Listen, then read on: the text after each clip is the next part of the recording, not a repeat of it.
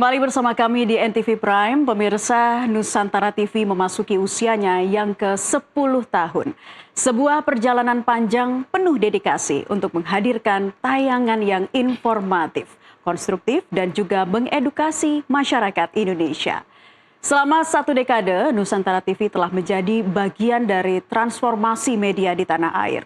Mulai dari inovasi konten, penguatan digital, hingga komitmen untuk selalu menyuarakan keberimbangan informasi bagi publik. Dan sore hari ini kita berkesempatan berbincang langsung dengan sosok yang memiliki peran besar dalam arah kebijakan, visi, dan masa depan Nusantara TV.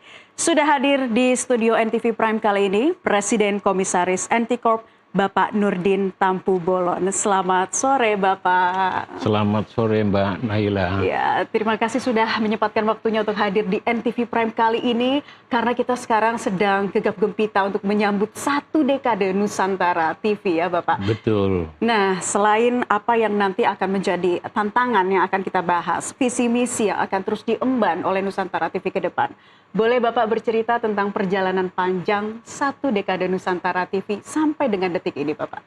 Iya, terima kasih ya Mbak Naila ya. Iya, Pak. Memang perjalanan daripada Nusantara TV ini yang dilihat saat ini adalah perjalanan yang sudah sangat panjang ya. Di mana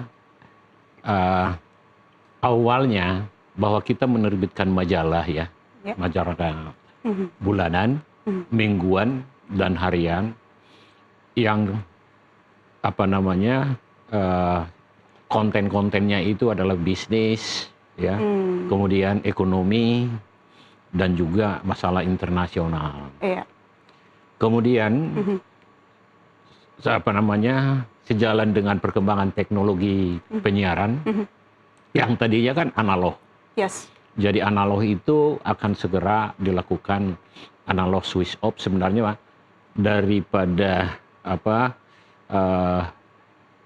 institusi internasional di bidang penyiaran itu harus analog switch off itu sejak awal tahun 2000-an.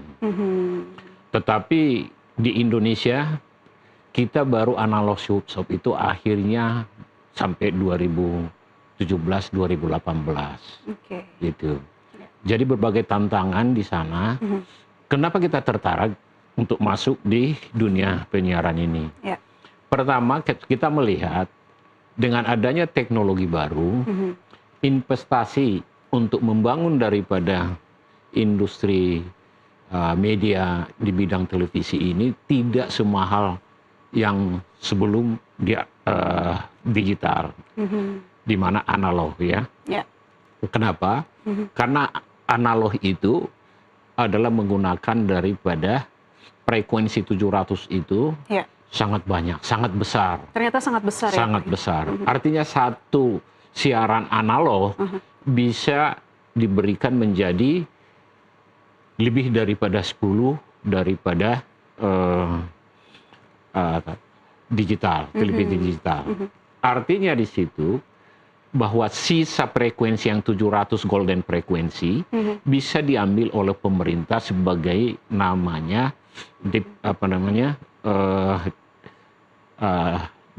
digital dividend.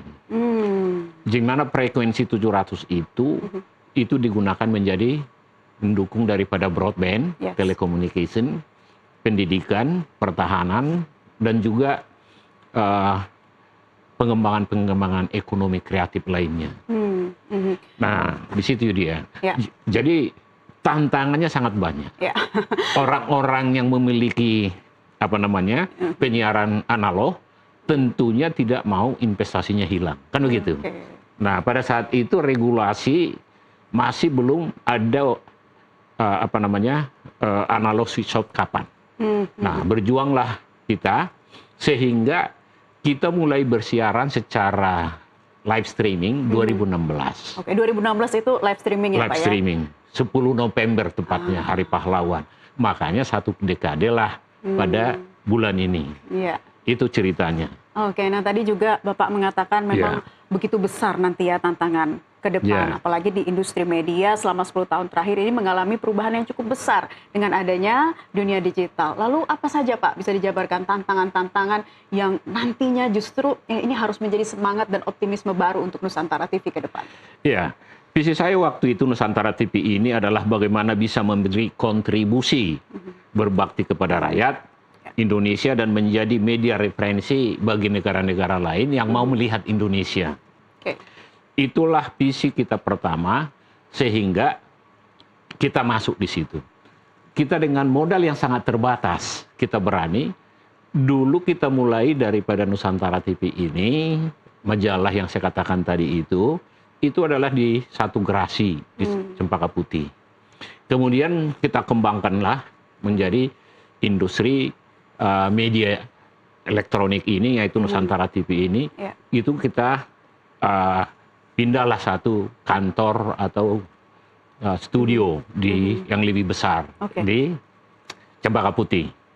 Setelah itu kita kembangkan sampai saat ini yang kita lihat bisa kita membangun daripada Inte Tower ini, dan sekarang sudah menempati 3 lantai daripada Nusantara TV dan mempunyai studio sudah 8 studio ya di sini.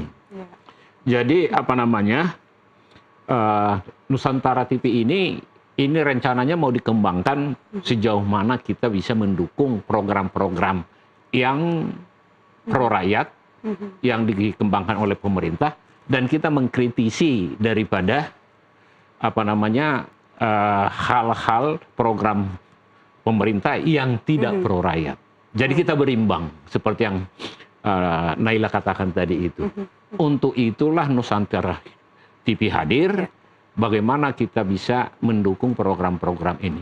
Perjuangannya kan sangat kompleks saat ini, di mana dengan adanya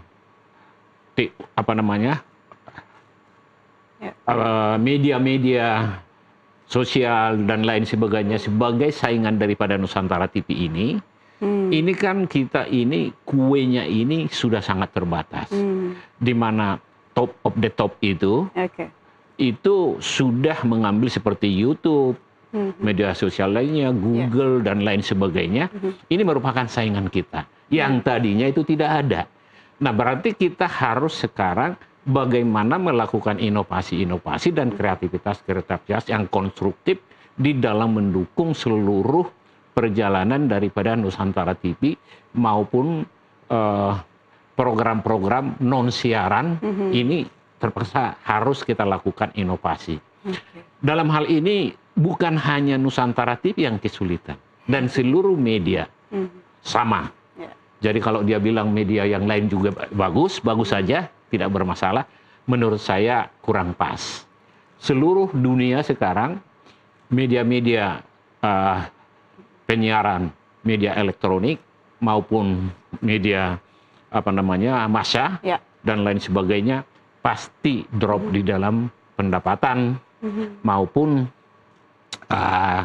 keterbatasan dia menghadapi kemajuan teknologi digital yang begitu terbuka yang dimanfaatkan oleh para pesaing di media ini. Untuk itu kita harus melakukan strategi-strategi yang lebih lebih baik supaya kita masih bisa eksis. Untuk itu kami juga mensarankan kepada bagaimana sebagai partner daripada pemerintah dalam memberikan edukasi teknologi dan juga trading dan semua ekonomi dan bisnis kepada masyarakat, ini sangat dibutuhkan. Sehingga simbiosis mutualistis antara media dengan pemerintah itu harus terbangun secara baik dalam mendukung program-program bangsa ke depan. Sehingga nanti kita harapkan pemerintah juga harus mendukung kesulitan ini supaya kami tetap masih bisa eksis. Kira-kira seperti itu kondisinya. Baik, dan berbicara tantangan, semua televisi saat ini media juga mengalami tantangannya, namun bagaimana bisa tetap agile ya Pak ya, untuk bisa terus eksis ya, di dunia digital, dan Nusantara TV juga bisa kita bilang ini sangat bersaing dengan TV-TV yang lain, apalagi di dunia digital saat ini ya. Ya betul, Naila. Kilas balik mengenai perjuangan Bapak dalam bangkit dan lahirnya TV terestrial. hingga Ya. NTV menjadi TV terestrial pertama ya Pak ya. Nah ini seperti apa kemudian kalau kita melihat perjuangan dan kilas baliknya hingga saat ini Pak? Ini sangat menarik ini. Ya. Jadi sebenarnya yang paling menarik ini dari segi regulasi, di mana undang-undang penyiaran kita itu dulu adalah berbasis kepada analog. Oke. Jadi ini kan harus diamandemen undang-undang ini dengan mengganti analog menjadi digital. Digital. Nah ini tantangannya seperti yang saya katakan tadi itu bukanlah mudah ya. Karena para pelaku atau konglomerasi media itu bisa dihitung dengan jari, tapi mereka adalah mempunyai kekuatan yang sangat besar, baik di bidang politik, baik di bidang finansial, network sudah mereka bangun, sehingga secara umum wajarlah mereka mempertahankan posisinya sebagai analog karena investasi yang mereka gelontorkan untuk membangun televisi itu sudah sangat besar. Di samping memang pendapatan mereka pada saat itu adalah sangat lumayan bagus lah.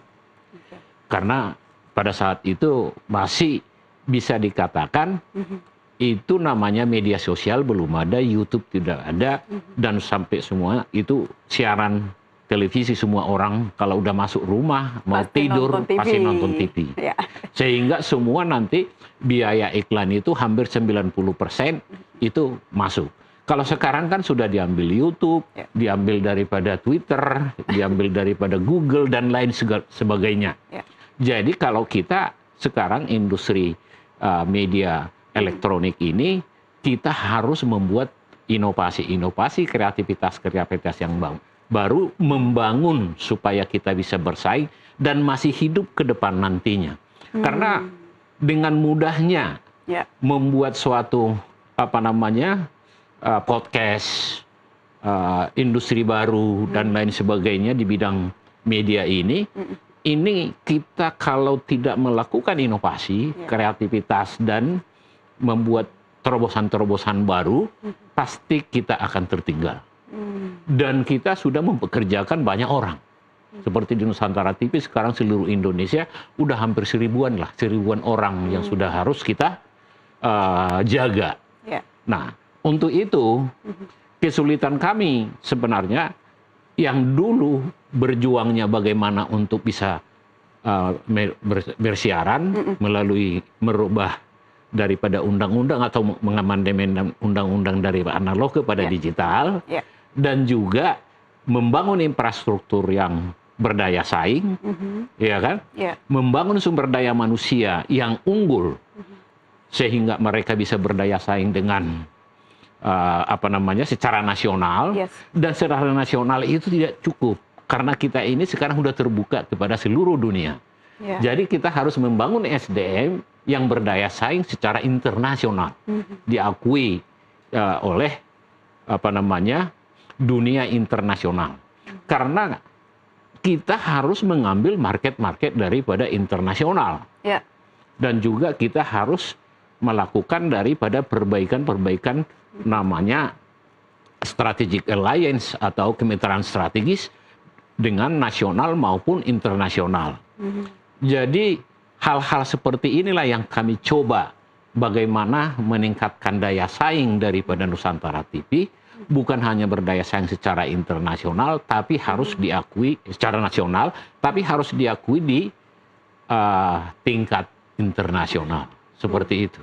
Seperti apa Pak kira-kira untuk bisa meningkatkan daya saing ini dan juga tetap selalu eksis begitu hingga nanti dekade berikutnya?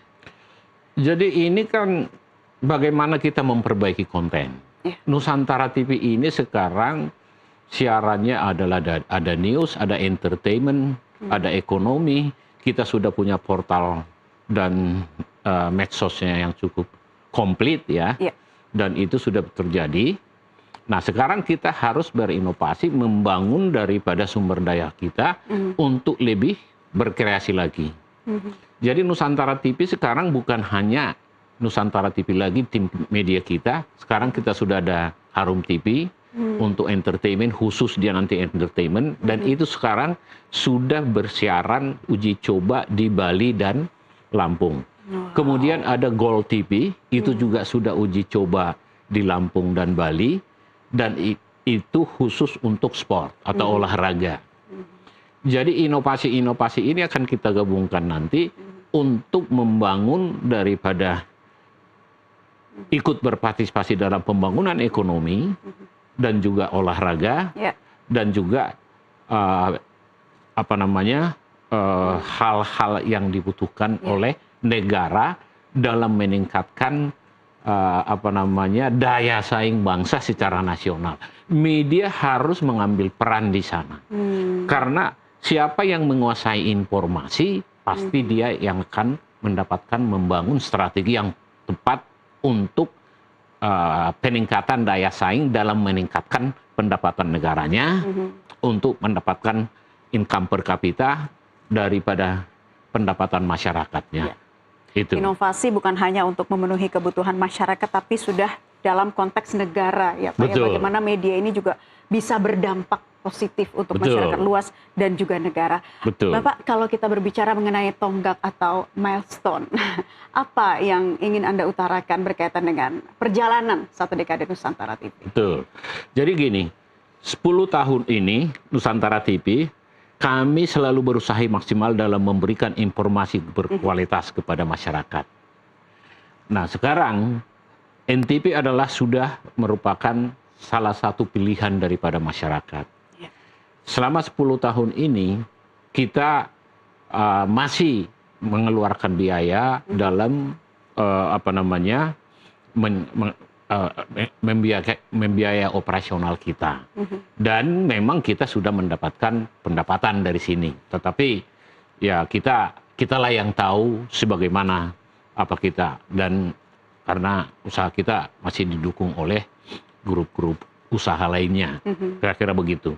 Jadi ke depan kita rencanakan bahwa Nusantara TV ini harus betul-betul bisa memberikan daripada informasi yang aktual, mendidik, baik di bidang teknologi, pendidikan, ekonomi, dan bisnis, untuk bisa membantu mendukung masyarakat dalam memilih daripada katakanlah pekerjaannya, bisnisnya, dan lain sebagainya, dan juga mendukung program pemerintah di dalam peningkatan seluruh program-program yang mereka lakukan.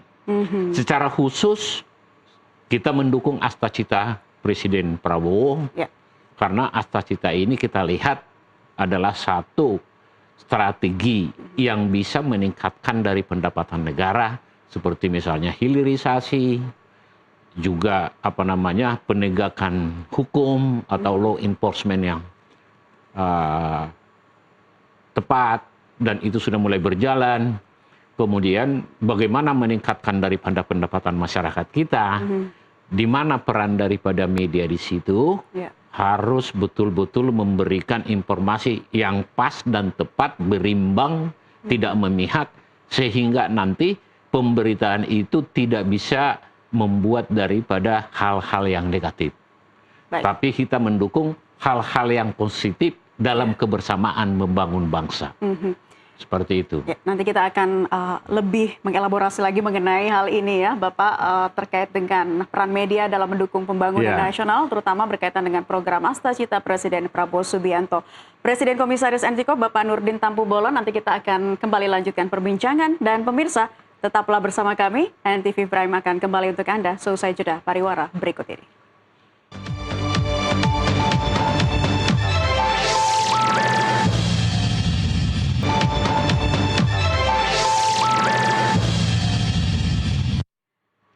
Terima kasih pemirsa, Anda masih bersama kami di NTV Prime, dan kita akan kembali melanjutkan perbincangan terkait satu dekade Simfoni Nusantara. Masih bersama kami Bapak Nurdin Tampu-Bolon.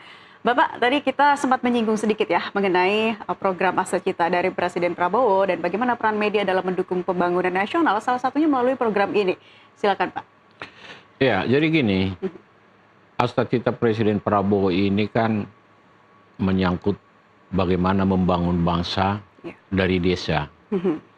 Jadi ini membangun bangsa dari desa itu adalah itu sudah sangat benar dan sudah dilakukan. Jadi desa itu ada koperasi Merah Putih, ya, ada koperasi Merah Putih, dan juga ada itu namanya makanan bergizi gratis, MBG. ya, BGN, ya. Dan itu adalah salah satu kunci yang perlu dijelaskan bagaimana supaya ini bisa menjadi cara yang paling pas membangun Indonesia. Ya. Jadi kalau kita membangun Indonesia, bangunlah desanya. Jadi di desa itu semua tersedia, ya. Lahannya ada di situ, sumber energinya ada di situ, tambangnya ada di situ. Inilah yang akan dibangun menjadi koperasi Merah Putih. Ya. Dan ini adalah dibiayai oleh negara. Walaupun nanti mereka dididik berpikir secara entrepreneur dan profesional. Jadi kalau ada di situ usaha-usaha yang dilakukan adalah menyangkut sumber daya alam yang tersedia di daerah itu. Itu yang harus diberikan informasi di desa itu dan dari desa itu kepada pemerintah. Ya. Ini kan ada nanti namanya asisten bisnisnya dari koperasi, ada yang membangun daripada sumber daya manusianya, ada yang mengelola secara teknologi, technically daripada sumber daya alam yang dimiliki di sana untuk menjadi produk barang jadi ataupun jasa yang bisa digunakan oleh manusia dalam memenuhi kebutuhannya. Nah, apabila di desa itu sudah ada kemajuan-kemajuan di dalam bidang memproduksi barang dan jasa, ini nanti kan ada UKM-UKM yang ada di sana untuk mendukung, ada BUMDes di situ mendukung, dan ini mensinergikan juga kemampuan masyarakat di sana dalam mengelola kehidupan di sana secara sinergi. Jadi ekosistem yang terbangun di sana nanti, termasuk koperasi, termasuk BUMDes, termasuk UMKM, termasuk nanti bagaimana korporasi juga ikut berperan membangun di sana. Jadi kalau semua desa dilakukan seperti itu, kan Indonesia sudah bisa hidup dan maju. Pendapatannya akan bisa jalan. Nah, dalam hal ini 80.000 lebih daripada desa yang akan melakukan koperasi Merah Putih ini, dan juga nanti ada di situ BUMDes dan lain sebagainya, termasuk korporasi di tingkat kecamatannya nanti. Kalau ini bersinergi, walaupun pemerintah nanti menggelontorkan di awal uang, tetapi ini sudah bisa mengembalikan uang ini lebih secara returnnya dari sisa hasil usaha yang ada di sana. Nah, jadi mungkin caranya atau sekuensnya seperti apa? Kan itu pertanyaannya. Sekuensnya itu harusnya dibuat pilot project dulu. Baru nanti secara itu, apakah itu nanti di setiap kecamatan dulu atau di setiap kabupaten kota, untuk bisa dicontoh, dan ini menjadi salah satu nanti tempat untuk belajar dan benchmarking yang sudah sukses. Nah, ini menurut saran kami sebagai saya juga sebagai entrepreneur, untuk memastikan bahwa mereka ini harus bekerja secara profesional dan dana yang masuk itu harus dikembalikan. Karena ini bukanlah namanya hibah atau dana bantuan sosial. Tetapi ini, jadi program-program ini menurut saya satu program ini, tapi menyangkut hal yang sangat besar di dalam mendukung program Astra-Cita yang sudah sedang dijalankan ini. Saya kira program begitu. yang saling bersinergi, program prioritas yang harus bisa juga dimaksimalkan, dioptimalkan, Dari dimanfaatkan desa dengan baik. Ya. dan seluruh Indonesia. Nah ini dia, ini bukan pekerjaan kecil. Tapi kalau salah-salah dia mengerjakan ini menjadi kerugian lagi. Ya. Sehingga ini pengawasan, peningkatan daripada kemampuan daripada manajerial di desa itu sendiri, dan membuka akses pasarnya, dan juga mendukung daripada pertumbuhan daripada UMKM. Ya. Dan dengan itu ada di sana nanti gulanya sudah mulai jalan, sudah tersedia, ini akan banyak masuk lagi untuk investor-investor lain. Jadi pemerintah bisa mundur, dan itu sudah terjadi namanya perubahan ekosistem baru di desa. Apabila seluruh desa di situ, ini Indonesia kan boom dia, kira-kira seperti itu. Nah, media harus melakukan tugasnya dalam memberikan informasi yang benar di situ. Kalau memang masih belum bisa mereka di situ, kita harus bilang, ini harus ada perbaikan-perbaikan di situ. Seperti itu. Bapak, misi yang akan terus diemban untuk Anticorp dan Nusantara TV ke depan, khususnya di momen 1 dekade Nusantara TV ini seperti apa, Pak? Jadi visi Anticorp itu adalah menjadi perusahaan yang dibanggakan oleh bangsa dan diakui oleh secara internasional, ya. Jadi kenapa dibanggakan oleh bangsa? Anticorp ini harus berkembang dan membuka usaha-usaha baru dalam mendukung penerimaan tenaga kerja. Dengan adanya perusahaan baru, dengan adanya teknologi baru, akan meng-create daripada usaha baru, akan meng-create daripada pekerjaan baru. Nusantara TV akan melakukan seperti itu. Jadi Nusantara TV atau Anticorp ini akan kita kembangkan seperti misalnya ke hilirisasi, ke energi, dalam mendukung daripada koperasi desa ini, supaya ini setiap dari dunia usaha, setiap daripada korporasi harus fokus dalam meningkatkan daripada pendapatan perusahaannya dalam mendukung program pemerintah. Dan kita adalah pembayar pajak yang baik. Karena kalau tidak ada korporasi, tidak ada yang bisa membangun daripada lapangan kerja, dan tidak ada yang membayar pajak nanti yang bisa digunakan menjadi pendapatan negara. Jangan sampai ya. Melalui pajak. Pendapatan negara kita ini kan 70-80% melalui pajak. Sisanya itu dari pendapatan negara bukan pajak. Jadi artinya dunia usaha harus berkembang dengan baik.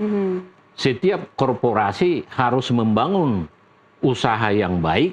Artinya usaha yang baik itu bukanlah melakukan illegal logging, illegal mining, dan juga illegal lainnya, tetapi membangun. Kita harus green korporasi, menghindari daripada korupsi dan lain sebagainya.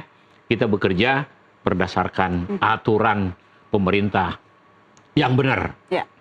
Jadi kira-kira seperti itu. Sehingga nanti Anticorp berkomitmen menjadi perusahaan yang seperti visinya yang dibanggakan bangsa dan diakui secara internasional. Amin. Gitu. Terakhir Bapak, semangat yang ingin disampaikan bagi keluarga besar Anticorp maupun Nusantara TV di momentum 1 dekade Simfoni Nusantara. Silakan. Ya, saya kira kepada seluruh daripada karyawan Anticorp di mana berada, secara khusus kepada seluruh karyawan dan karyawati daripada Nusantara TV dimanapun berada di seluruh Indonesia, yang sudah ada di seluruh Indonesia. Ya. Mari kita bersama-sama membangun Nusantara TV atau NT Corp ini menjadi perusahaan yang dibanggakan oleh bangsa dan diakui secara internasional. Ya. Selama 10 tahun bersiaran, kita selalu berusaha semaksimal dalam memberikan informasi berkualitas kepada masyarakat. Ya. Nusantara TV adalah salah satu sahabat Indonesia. Sahabat kita semua. Sebagai televisi swasta digital yang pertama di Indonesia, NTV tumbuh dengan memanfaatkan teknologi digital terkini yang membuat kita efisien, kami efisien dan produktif dengan kualitas prima bagi kepuasan penonton, kepuasan bagi pengusaha, kepuasan bagi pemerintah, dan kepuasan bagi masyarakat Indonesia maupun global. Ya. Inilah yang akan selalu kita kembangkan di masa mendatang. Tahun 2025 genap menjadi satu dekade perjalanan NTV. Sebagai pembawa informasi kredibel ke seluruh penjuru tanah air, seperti yang Bapak, Ibu, teman-teman, para pemirsa Nusantara TV dimanapun berada, ya, lihatlah dalam siaran kami, NTV telah tumbuh menjadi platform berita dan hiburan, menghadirkan informasi aktual dan edukatif yang turut membentuk opini publik dengan menjunjung nilai keberagaman, kebangsaan, kemajuan teknologi dan ekonomi, dan juga keamanan pertahanan yang betul-betul bisa dibanggakan oleh bangsa. Kami mengucapkan terima kasih kepada seluruh karyawan Nusantara TV, secara khusus kepada pemirsa Nusantara TV dimanapun berada. Kalau bapak-bapak, ibu-ibu pemirsa tidak ada, kami tidak jadi apa-apa.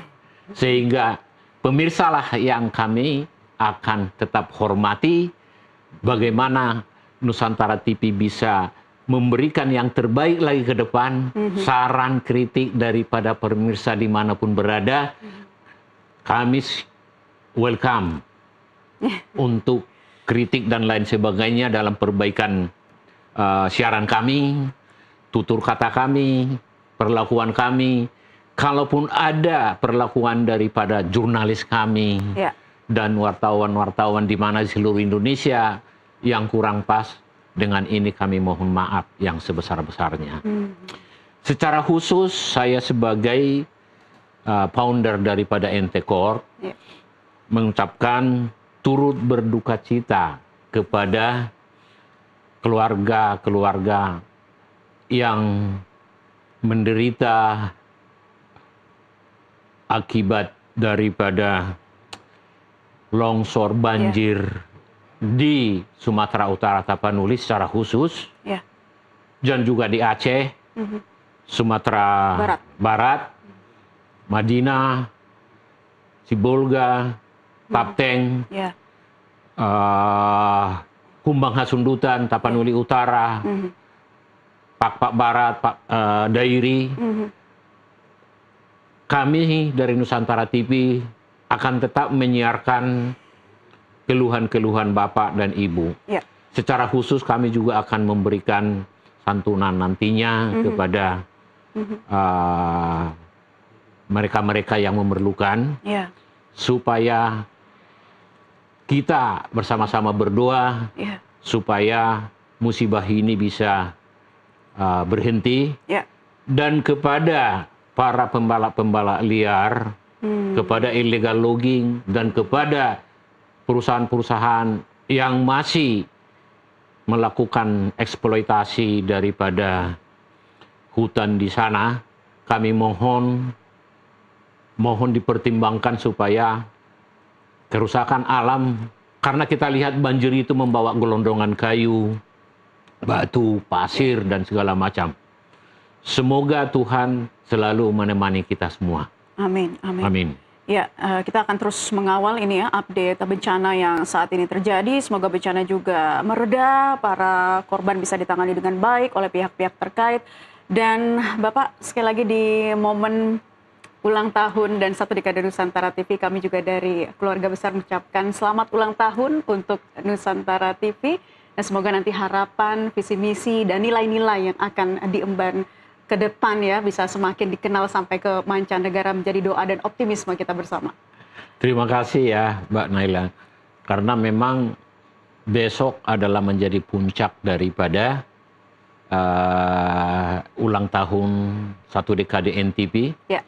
yang dimeriahkan oleh hiburan-hiburan yang berkualitas tingkat nasional ya. Ya. Dan juga kepada tokoh-tokoh, ada beberapa menteri yang hadir dan tokoh-tokoh masyarakat.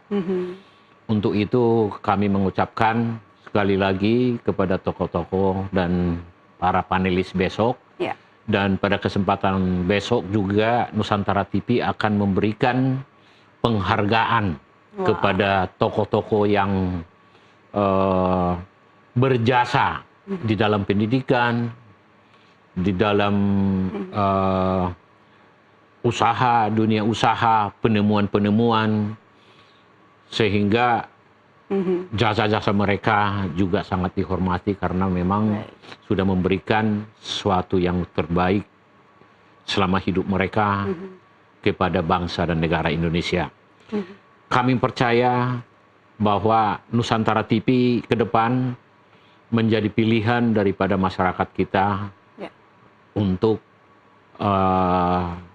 berinteraksi dalam membangun bangsa dan negara kita. Semoga sukses buat kita semua, secara khusus kepada pemirsa Nusantara TV.